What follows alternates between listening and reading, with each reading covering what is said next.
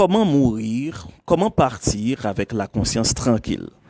Qui t'aime lire d'abord pour un texte que nous avons dans Luc, chapitre 16, verset 19 à 25. Il y avait un homme riche qui était vêtu de pourpre et de fin lin, et qui chaque jour menait joyeuse et brillante vie. Un pauvre nommé Lazare était couché à sa porte, couvert d'ulcères, et désireux de se rassasier des miettes qui tombaient de la table du riche. Et même les chiens venaient encore lécher ses ulcères. Le pauvre mourut, et il fut porté par les anges dans le sein d'Abraham. Le riche mourut aussi, et il fut enseveli. Dans le séjour des morts, il leva les yeux, et tandis qu'il était en proie au tourment, il vit de loin Abraham et Lazare dans son sein. Il s'écria, « Père Abraham, aie pitié de moi, et envoie Lazare pour qu'il trempe le bout de son doigt dans l'eau et me rafraîchisse la langue, car je souffre cruellement dans cette flamme. » Abraham répondit, « Mon enfant, souviens-toi que tu as reçu tes biens pendant ta vie, et que Lazare a eu les maux pendant la sienne. Maintenant, il est ici consolé, et toi, tu souffres. » Comment partir, comment mourir avec la conscience tranquille? C'est un sujet qui est très actuel, surtout dans le contexte qu'on vit aujourd'hui en Haïti. Côté que la vie, moun presque pas veut dire rien. Donc, l'important pour nous poser peut-être nos questions ça. Si toutefois la mort a frappé aujourd'hui, est-ce que m'a mourir, est-ce que me aller avec tête moins bien reposée? Est-ce que me aller avec l'esprit tranquille? Et comment me dois préparer pour me capable aller avec une conscience qui est claire, qui est nette, qui est tranquille? Comment me capable aller en paix? C'est la question ça on t'a aimé essayer de répondre à travers réflexion aujourd'hui. Parce que nombreux sont ceux qui, parmi vous peut-être, pendant votre vivant, vous vous êtes souscrit à une compagnie d'assurance, une société funéraire, histoire d'avoir la conscience tranquille, la tête bien reposée en matière de prise en charge, si toutefois la mort aurait frappé à notre porte. Et parfois, il y a des gens qui en orgueillent parce que ils ont planifié la mort, ils ont dit qu'ils ont assuré. Donc, ils ont a priori la conscience tranquille sous prétexte que tout est déjà réglé, tout est déjà assuré. Mes chers frères et sœurs, les Saintes Écritures nous montrent que mourir ou bien partir avec la conscience tranquille va beaucoup plus loin que votre souscription à une société funéraire ou une compagnie d'assurance pendant votre vivant. Ça va beaucoup plus loin qu'une préparation charnelle ou sociétale. Alors, non déplaise à ceux qui le font. On peut toujours planifier sa vie, ou qu'à toujours souscrire à une compagnie d'assurance et funéraire, si vous voulez. Toujours est-il que la mort conditionne notre existence. Parce qu'à n'importe quel moment, on est pâti. Et j'aime dire que la frontière de l'éternité n'est pas si loin de nous. Donc à n'importe quel moment, nous pouvons voyager. Mais c'est comment partir avec la conscience tranquille. Et qui est-ce qui est capable d'une conscience tranquille si toutefois la mort t'a frappé à n'importe quel moment, aujourd'hui? Et c'est une question ça pour nous poser tête aujourd'hui. Chers frères et sœurs, cette parabole entre l'homme riche et le pauvre Lazare établit un contraste entre deux choix différents, si vous voulez, entre deux systèmes, entre deux vies, entre deux destinées. D'abord, un système qui est basé sur un ensemble de choix préalables pouvant conditionner ou entraîner la malheureuse destinée. Et nous avons également l'autre système qui conditionne et façonne la bienheureuse destinée. Si nous regardons bien dans le texte là, le choix de l'homme riche, lui, il n'avait pas choisi Christ préalablement. Il n'avait pas la crainte de Dieu dans sa vie. Et le texte là dit que cet homme riche ne faisait que de se réjouir de sa richesse. Le verset 19 nous dit, il était vêtu de pourpre et de fin lin. Il menait quotidiennement une vie luxueuse, une vie joyeuse. Si nous avons imaginer l'homme riche là, dans le journée aujourd'hui, nous sommes capables de dire que c'est un monde qui a fait le bon. C'est un monde qui a joui la ville. Donc, il a un pouvoir d'achat, il est capable de fréquenter n'importe quel pays, à n'importe quel moment. Nous sommes capables de dire également, il est capable de rouler n'importe quelle voiture, fréquenter n'importe quel restaurant. Son monde qui prend plaisir. Il est capable de boire n'importe qui vin que il veut boire. Il a combien de cailles, il est capable d'acheter autant de maisons que il a besoin. Si nous avons contextualiser, nous mettons homme riche là dans le siècle journée aujourd'hui à côté de nous vivre là. Maintenant, ça c'est homme riche là. On essaie de regarder Lazare. Parce que le texte l'a précisé pour nous faire comprendre que Lazare c'était un pauvre. C'est un maladif. D'ailleurs, il ne pouvait même pas avoir accès aux miettes tombant de la table de cet homme riche. Lazare, c'était un pauvre qui vivait dans la crasse, il vivait dans la misère, dans la privation, dans la disette, dans le dénuement.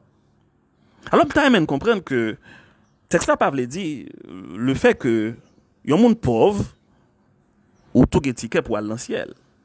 Parce que gain penser ça de yo qui t'a voulu faire comprendre que monde qui parle dans le ciel c'est monde qui est pauvre, c'est monde qui pas besoin en rien dans monde de la richesse, monde là pas concerné yo, donc c'est servir bon Dieu seulement et puis rester pauvre, marcher avec un pantalon chiré, marcher tête marée. Non, texte n'a pas enseigné ça du tout. D'ailleurs, recherche montrait que contrairement avec ça qu'a dit de yo que le protestantisme en soi les contribuer à l'émergence même du système capitaliste ou bien du capitalisme moderne, notamment avec recherche que Max Weber a réalisé sur l'éthique protestante et l'esprit du capitalisme. Donc c'est pas une question que de pour pauvres, c'est pauvres qui prennent le ciel, etc. Nous chrétiens pas besoin de richesse. C'est pas ça le texte l'a enseigné. Le texte l'a surtout enseigné que il y a deux choix à faire aujourd'hui, mais qui côté à maintenant demain.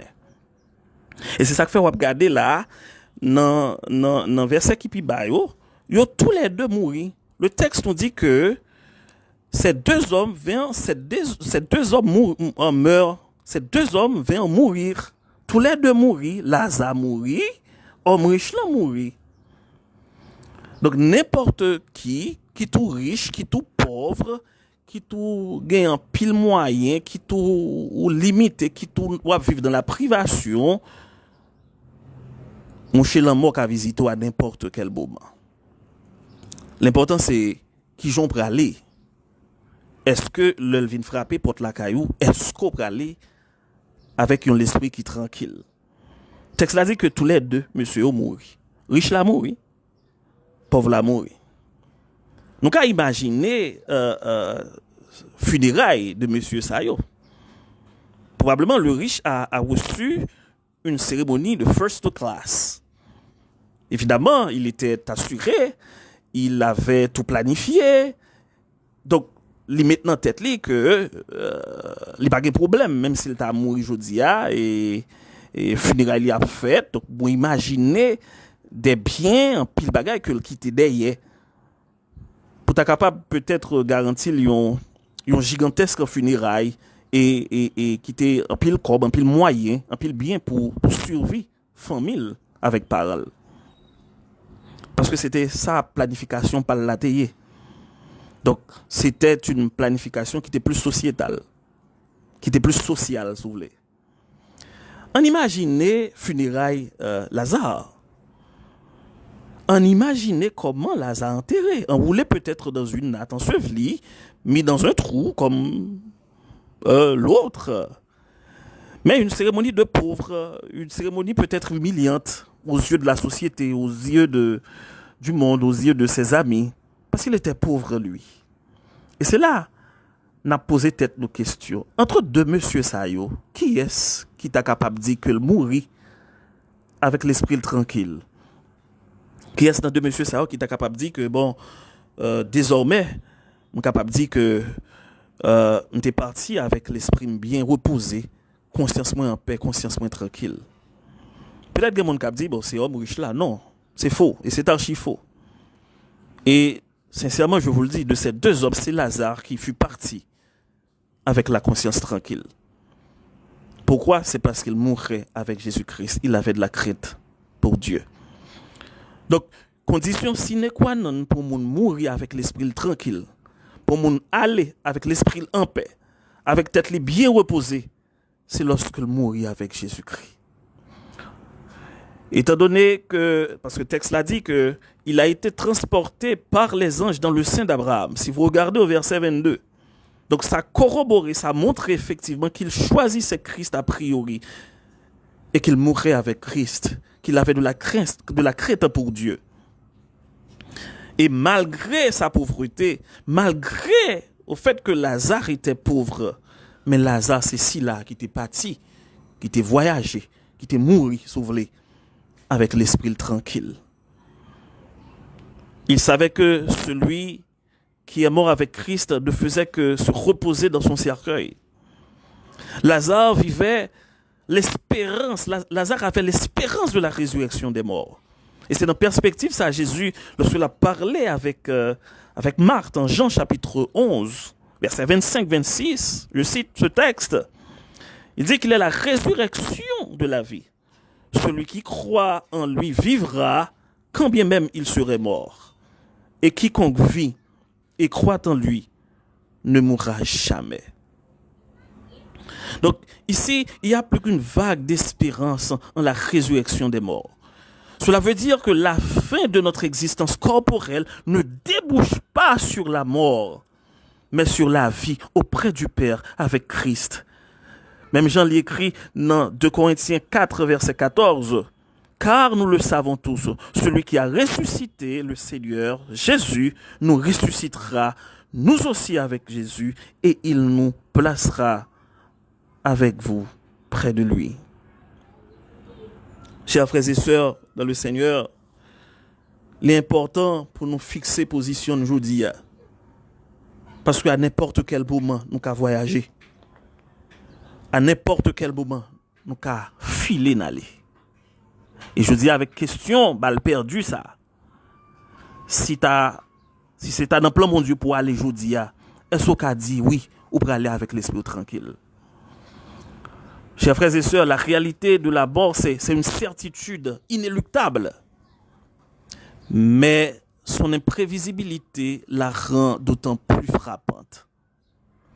Et c'est ce que le psaume 90, les versets 5-6, nous montre. Le texte nous dit, tu les emportes semblables à un songe qui le matin passe comme l'herbe.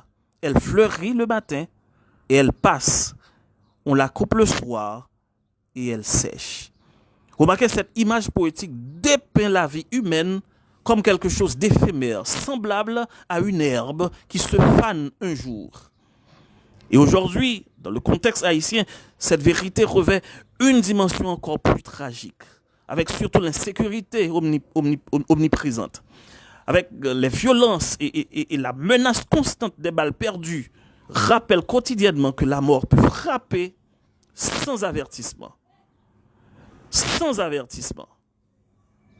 Donc face à cette réalité, chers frères et sœurs, le psalmiste offre un appel solennel à la sagesse. Si nous regardons dans le psaume 90, verset 12, le texte nous dit « Enseigne-nous à bien compter nos jours, afin que nous appliquions notre cœur à la sagesse. » Donc il ne s'agit pas simplement d'avoir conscience de la brièveté de la vie, mais d'en tirer des leçons. La véritable sagesse consiste à vivre chaque jour avec une perspective éternelle. L'histoire du riche et de Lazare en Luc chapitre 16, verset 19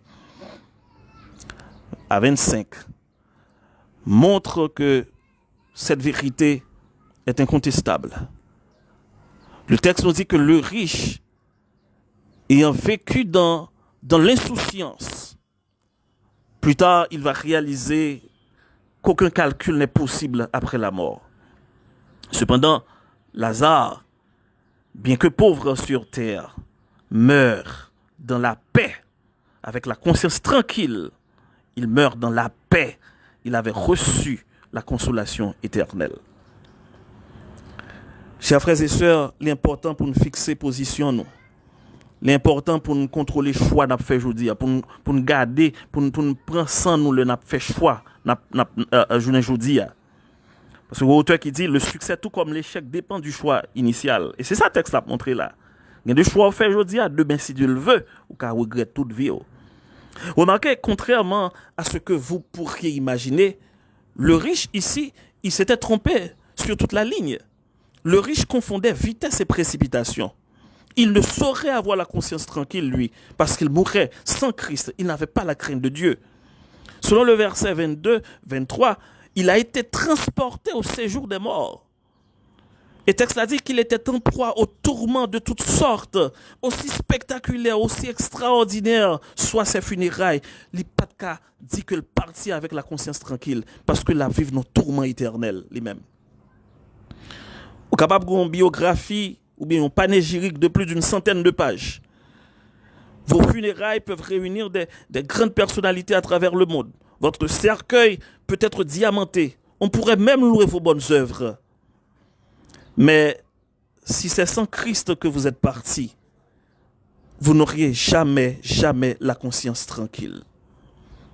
On ne peut mourir dans la débauche pour avoir la conscience tranquille. On ne peut mourir dans le péché pour avoir la conscience tranquille. On ne peut mourir adultère. On ne peut mourir dans la méchanceté, dans la corruption, dans l'impudicité. On ne peut mourir ennemi de Dieu pour avoir la conscience tranquille. Ce texte confirme, chers frères et sœurs, qu'après la mort, ce n'est pas le néant. Soit que vous partiez pour la bienheureuse destinée, donc à ce moment vous jurez de toutes les béatitudes éternelles du Créateur, soit que vous partiez pour la malheureuse destinée. À ce moment, votre conscience, comme cet homme riche, serait tourmentée jour et nuit en enfer. Est-ce que, ou près, si l'homme t'a frappé, pas toujours dit, est-ce qu'on est capable de dire oui, moins près? Oui, moins près. Et conscience moins tranquille. La question est à vous, chers frères et sœurs. Je dis à même, peut-être demain, à Soya, non fais-moi ça, mois prochain, si l'homme t'a frappé porte la caillou, qui j'en aller? Serez-vous parti avec la conscience tranquille, la conscience en paix, la tête bien reposée, comme Lazare? Ou n'y aurait-il pas eu une sorte de séparation entre vous et Christ?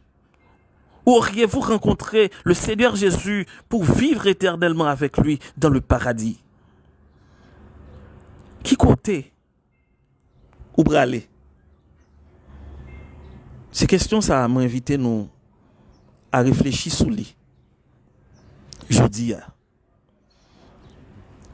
qui côté ou bralé? Est-ce que conscience ou la tranquille, l'esprit ou tranquille? Si toutefois la mort a frappé aujourd'hui. Mes chers amis, chers auditeurs, ou même cap côté moi, je dis n'importe côté où y est. Parce que la mort frappe mon de tout côté. Et pas seulement Haïti, il frappe mon dans gros pays tout. Et les la frappe les pas qui la frappe. Posez-vous une question ça. Aujourd'hui et pendant toute fin mois, si l'amour t'a frappé porte la caillou, je dis qui ça va faire, qui couteau pour aller? Est-ce que vous êtes capable de dire oui, je suis prêt pour capable aller avec l'esprit tranquille, avec tête bien reposée? Pas jamais oublier poser tête aux questions ça. Et leur poser tête aux questions ça permet que choix ou fait journée jodi a, ou bien calculer ou bien réfléchir sur yo. Parce que nous comprenons dans le texte là que c'est deux choix, deux attitudes différentes, deux choix différents qui conduisent à deux destinées différentes. Donc, soit que vous partiez pour la bienheureuse destinée, soit que vous partiez pour la malheureuse destinée. Auteur qui dit, s'il est bon de vivre sans Christ, c'est un malheur, c'est un danger, c'est une erreur de mourir sans Christ. Qui j'en voulait aller? Qui j'en voulait aller? Parce que, en pile fois, nous, pas voulons admettre ça, nous aller quand même. Nous gagnons pour nous aller. Maintenant, est-ce que l'on peut aller, nous sommes capables de dire oui, nous sommes prêts pour nous aller avec tête nous bien reposée, avec conscience nous tranquille. Et il y a un moyen, il y a une condition sine qua non pour nous capables de dire oui, moi prêt à aller avec l'esprit tranquille, conscience reposée, bien reposée. C'est lorsque nous avons accepté Jésus-Christ dans la vie, nous avons mené une vie qui pieuse, nous avons crainte pour bon Dieu.